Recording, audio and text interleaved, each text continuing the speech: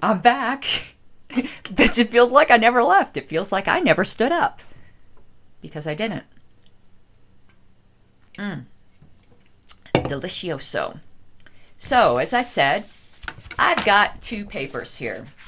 What first is the January 1972 issue of LP News and the temporary platform of the Libertarian Party, which is mentioned in this newsletter and sent out with this newsletter. This, unfortunately, is not the copy that was sent out. This is a commemorative copy that was done in 2000 for the Libertarian Party of California for their convention, and it's got David Nolan's signature on the back. We're going to do this as a separate episode because we're going to go through it. It's long, but not that long. So let me put that aside for right now. This one, we're going to do our Libertarian Time Capsule month of this January 1972 LP News, issue number 2. If you don't remember, the way we do this is I just read it with you. I gave a brief scan ahead of time, so I know it was coming, but I didn't memorize it by any means. All right, and there will be a link to it where you can read it for yourself. And we'll stop and discuss things. If you remember, in the first issue, there was a survey as to what to call this new party. And I believe the front runner at that time was Liberty Party. But the title of this newsletter says, Libertarian Party is name choice. Convention to meet in Denver, June 4th through 7th. All right, so our first convention was in Denver. And I've got all kinds of materials for that I need to find. I'm not allowed to go to storage in this police state, which means my ass is going to go anyway. Fuck them. There ain't going to be nobody there. We were social distancing. There was like nobody there even when we weren't in quarantine. Particularly when it's cold, because it is freezing down there. Alrighty. So it says, in response to the questionnaire sent out in newsletter number 1, we did not have the copy of the questionnaire. I'm hoping to come across that someday, so I hope somebody has it in their archives. Okay, so in response to this questionnaire, the members of the committee to organize a Libertarian Party, which is what the organization was called before the formation, and that is still at this point, I think. I don't think the steering committee has been, or committee to organize a Libertarian Party has been dissolved yet. We'll have to take a look at that. But it says the committee to organize a Libertarian Party chose the name Libertarian Party by a vote of 111 to 87, weighted voting, see page 2. Let's see what that means. Page 2.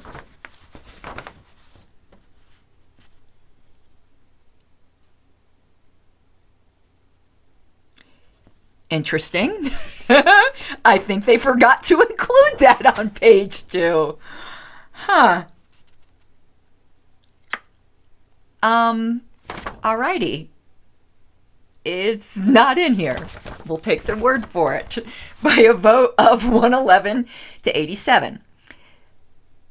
And it says in an even more decisive vote, 95 to 59. So more people voted for the name than voted for the convention date, which is what this is for.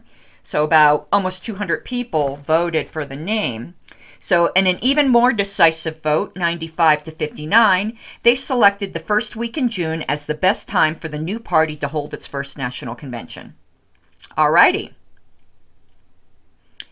Based upon this latter vote, the temporary steering committee of the Libertarian Party, okay, I'm getting now the way this goes. There was the committee to organize a Libertarian Party, and I believe once the name was chosen, they were dissolved, and till elections could be held, there was a temporary steering committee of the Libertarian Party. So, and it's probably the same group of people, but it changed names. So based upon this vote, the temporary steering committee of the Libertarian Party has tentatively set the time of the convention for June 4th through 7th and has named Denver, Colorado as the convention site. Here is the tentative convention agenda. Alrighty. Sunday, June 4th, open hearings by platform and constitution committees. In the past, before computers and emails, they used to do all of their deliberations right before the convention. It wasn't this long time period. At least that's how I understand it. Monday, June 5th, closed committee sessions, workshops, first session of the convention to vote on rules, constitution, and bylaws. Evening open for caucuses of various groups who wish to hold them. Tuesday, June 6th, second convention session to vote on platform. That's what I have the audio tape for when they did all the debates on the statement of principles. Wednesday, June 7th, third and final convention session to elect party's officers for 1972 through 1974. Interesting. It looks like LNC has always had 2-year terms, at least looks that way from here. And to nominate candidates for President and Vice President of the United States. Big bash in the evening. And Thursday, June 8th, brief open session of the newly elected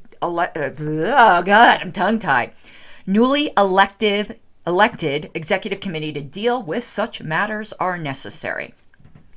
As currently planned, the convention will be open to all Libertarian Party members, and registration will cost $25 for the whole 3-day affair. In order to give the Convention Planning Committee some idea of how many people to expect, please indicate the likelihood that you will attend on the enclosed form. We do not have that form. I would love to have it. Now, another vote. Symbol and slogan adopted by a narrow vote, 89 to 79. 88 to 79. That is a narrow vote. Committee members chose, okay, we're learning something here.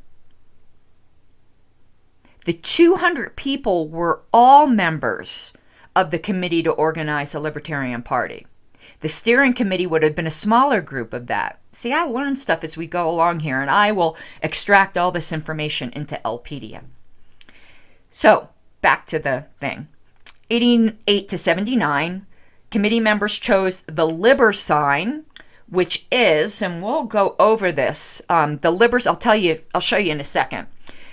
The Liber sign as the Libertarian Party's official emblem.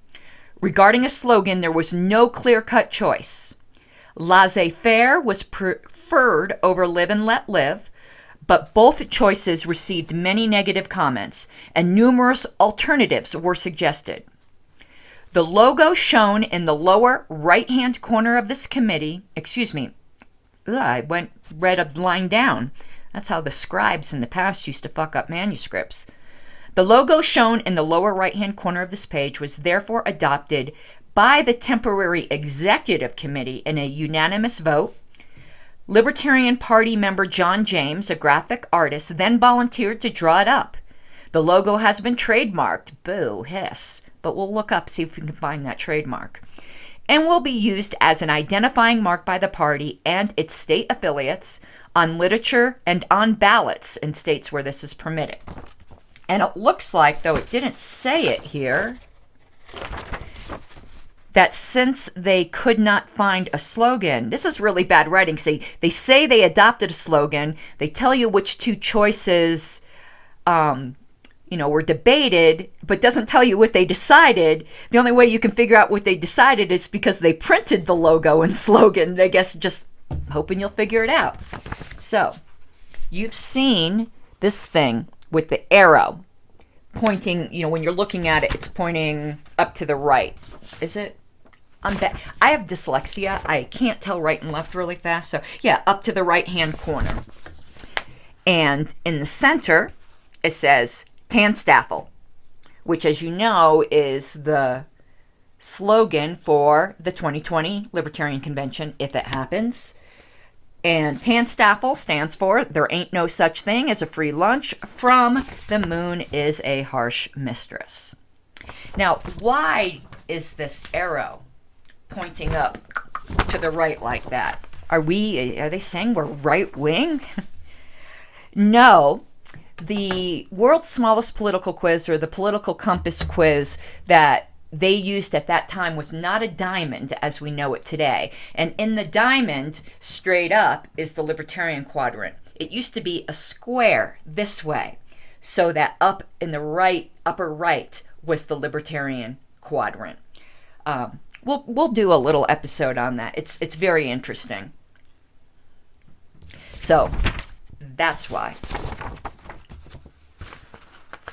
And it remained our logo for quite some time, as did the slogan. And the current, I'm not so sure if it's officially a slogan, but I do believe it's trademarked, and it is like the official tagline of the party right now. Do you know what it is? It's not Canstaffel. Party of principle, not that minimum government maximum freedom twaddle that, yeah. I mean, that's okay, but I think it's quite divisive between the, I think it borders on violating the Dallas Accord, to be honest with you. I think some wink, wink, you know, some gamesmanship has to be made to make it not. And the gamesmanship that is done as well, the minimum government is 0, so we're cool, right? But that's not exactly intuitive. All right, page 2. Rothbard, first choice for presidential candidate. Greenspan, Kellums, Fitzgerald make strong showings. By a wide margin, the 52 people who returned their questionnaires by December 15th indicated that Murray Rothbard would be their first choice to be the Libertarian Party's presidential nominee in 1972. Running well behind Rothbard, but well ahead of everyone else, was Alan Greenspan. Now, there's very interesting things to infer from this. First of all, you cannot deny the anarchist influence in the early party. You try to do it, you're smoking crack, and you're dishonest. Simple as that. Come on. Wide margin for Murray Rothbard, Mr. Anarcho-Capitalist himself. Now, that's not saying the party was an anarchist party. It was not. But to say that anarchists were not extremely influential in its founding is deceptive. Alrighty. As with the other questions, the results were tabulated by giving 3 points for excellent, 2 for good, 1 for fair, 0 if no response was given, and -1 for poor. They made things really complicated, didn't they? On this basis, the 14 possibilities, the people that were possible, were scored as follows. Total point scores are given first, with composite ratings to the nearest tenth of a point in parentheses. Okay, so the composite will be that scale, 3 being excellent. So Rothbard got a 2.4. Greenspan got a 1.8. Kellums got a 1.4. Fitzgerald 1.3, and so on. You can take a look at this yourself. But on the total points, Rothbard got 124 and Greenspan got 95. And it says in an analysis, on the basis of these returns, the following judgments can be made. First, if it is all possible to persuade Rothbard to accept the nomination, this should be done. If not, any of the next 5 possibilities would probably be acceptable to a majority of libertarians. These same 5 people should also be given first consideration in seeking a VP nominee. The next block of 5, Heinlein through Mann, are worth contacting for the VP nomination, if none of the top 6 can be persuaded. The bottom 3 can be eliminated as being unacceptable to most libertarians, and the bottom 3, and there's only last names here, are Hess, Proxmire, and Hatfield. Hatfield received a -7 total points and a -0.1 in average score. And then they go on to say, it should be emphasized, however, that it is by no means yet time to close the door. The nomination will be determined at convention in June. And notice Hosper's nor Tony, Nathan were on there. But anyway, entries will be welcomed up until that time, and several new possibilities have been suggested, in fact, and will be contacted if none of the front runners above are available. Copies of the platform will be sent to all but the bottom 3 of the people listed below. I guess they determined they're hopeless. Along with a letter soliciting their reactions. Those who respond favorably will then be sounded out regarding their willingness to run on our ticket. To help persuade Dr. Rothbard that he should seek the presidential nomination, we suggest that all LP members send him a letter or postcard urging him to run, if possible, and get a petition among the local libertarians or have them write him too. And it gives an address, and it's a P.O. box in New York. And it says, little like advertisements at the bottom, extra copies of this newsletter may be ordered at $1 for 10 of them, so 10 cents a piece. It says the Libertarian Party newsletter, so it wasn't called LP News yet, I don't think. Nope, it was just called the Libertarian Party newsletter, but the numbering got taken up by LP News. Is published on the 15th of each month by the National Office of the Libertarian Party. Items of interest to political activists in the Libertarian movement are welcome. Editor David F. Nolan. It says membership goals, 1,000 by convention time, 10,000 by election day. Alrighty. Page 3. Platform comments welcomed. If you have any comments, pro or con, concerning the temporary platform, please send them in on the back of the enclosed reply form, which we do not have. Your opinion counts. So we're going to be going over this temporary platform. Next episode, it will be the bonus. And as a matter of fact, the bonus is going to be put on Patreon first. Most of my little bonuses are. I'm not lying to you when I say, what's the time now? It's about 3:30 in the morning. That's when I have time to do these sorts of things. If you don't want to kill me, well, I probably shouldn't have said that because I'm sure there's plenty of people who do. But if you want me to actually be able to sleep and live longer, please support this work. I'm really hoping to get to a point where I can do this more regularly, and that requires me, making some cheddar. If I could work part-time or whatever I could do. So there are bonuses on the Patreon. And at the highest level, you get to pick topics for me to cover. And also, as I start recording more, the ones that are going to go out on the regular YouTube channel will be released ahead of time on the Patreon. Now, the bonus episodes will get released to everyone eventually, but it might be a month, it might be 2 months, okay? I want to keep them there long enough to be of value for the patrons. And the lowest level, it's cheap. I don't remember what it was. I haven't looked at it myself for a little while. It might even be like $2 or something like that. And I think most of us in the first world can afford that. So if you like the work, please consider subscribing. And if you can afford more than $2 and you do appreciate my work and my big mouth, please. All right. I ain't too proud to beg. All righty. So go back on. Feel like a old-timey news reporter. Membership application. A copy of our new membership application is enclosed with this issue. I don't have that either. But I do have the membership application from the Oklahoma Party from 1972. That will be included in the bonus. We'll go over that. If you're already a member, you need not fill it out, although we'd appreciate having the information.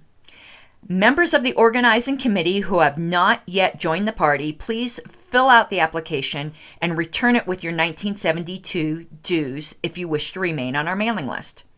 No more material will be sent to people other than party members and newsletter subscribers after this mailing, so join now.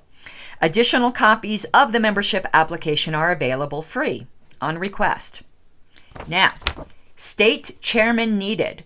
Libertarian Party chairmen are needed in all states except Colorado. Yay, Colorado.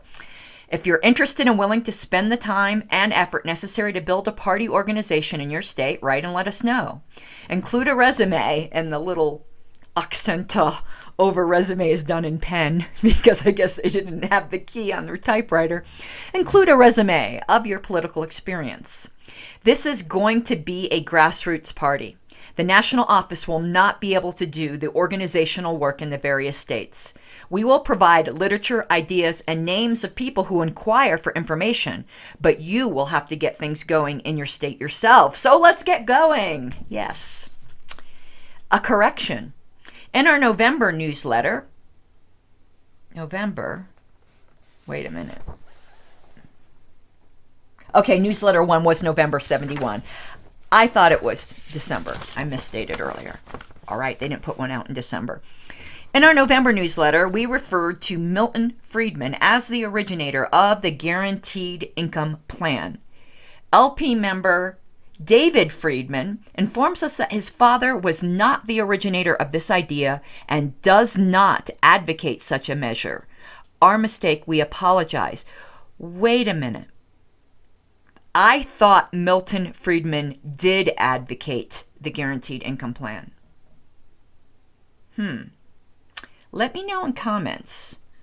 That's interesting.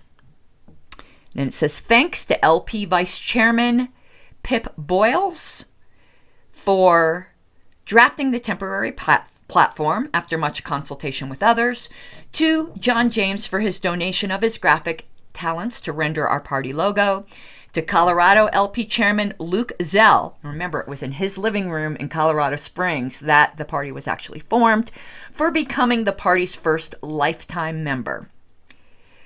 And also thanks to Reason, Hardcore News, SIL News, which, what was SIL? Is it Students in Liberty? No. We'll figure it out. A is A, NYLA, which is NYLA News, and Quilon for their mentions of the party in recent issues. We'll have to go find a recent issue of Reason and see. That might be another bonus episode. Subscribe to my Patreon, please. And it says, Colorado LP members publish The Firebringer. Now, I've never heard of this. A group of Colorado Springs libertarians active in the party also publish an excellent newspaper, The Firebringer, which is devoted to comments on current affairs. Subscriptions are $5 per year with bulk rates available. For a free copy, write to, and it gives an address in Colorado Springs. I've never heard of that. It's not in any of the Colorado, historical stuff. At least I don't think so.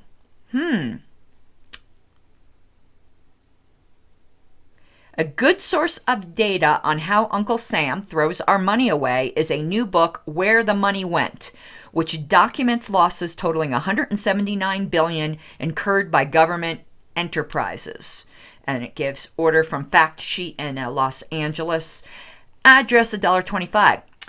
Let's see if we can track down a copy of that book, shall we? And learn how to conduct a petition drive to get referenda on the ballot. Information available from LP member Mike Timko, and an address in Los Angeles.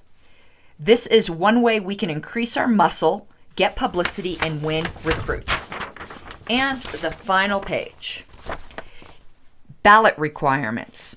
And there's a list of states of the petition requirements and so forth. There has always been onerous ballot censorship.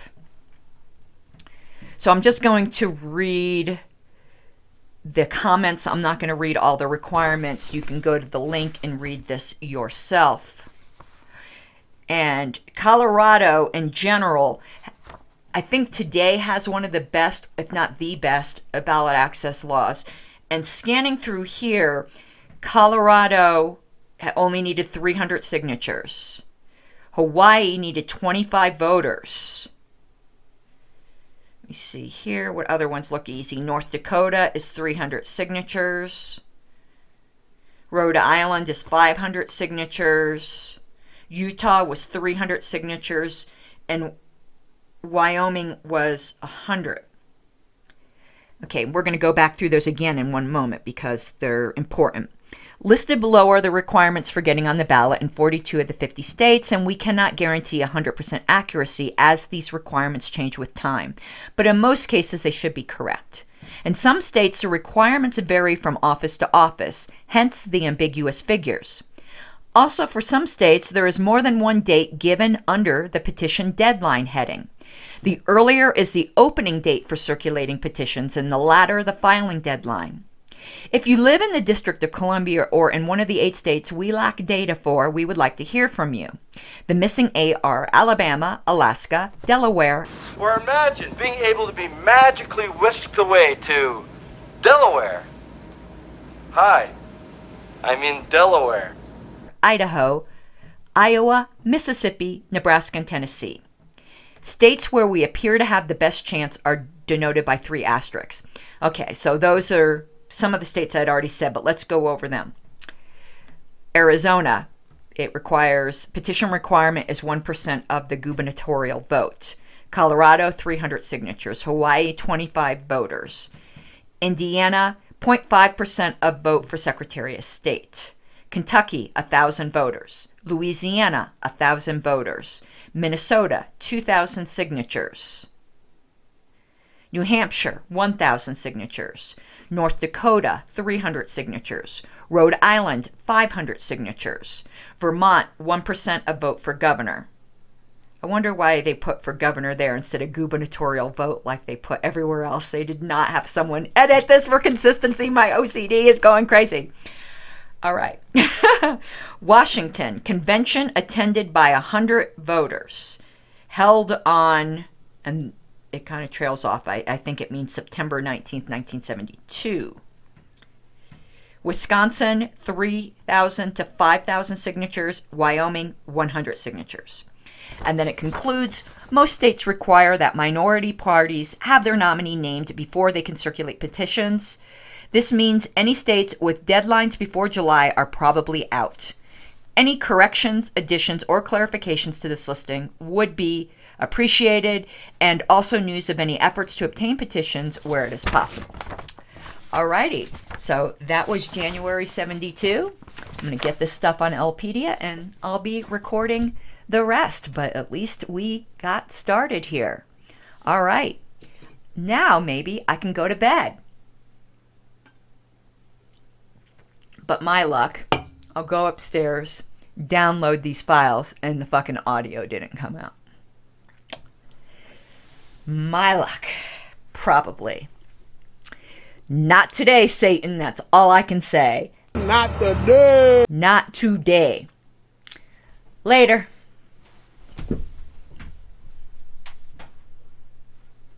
Whoops, turn it off, right? You gotta take what you're given, that's how we live it. Don't be mad at the system, it's simply how we've existed. I hear a lot of people talking like they politicians and choose to be an accountant because it's safe in a business, not because they want to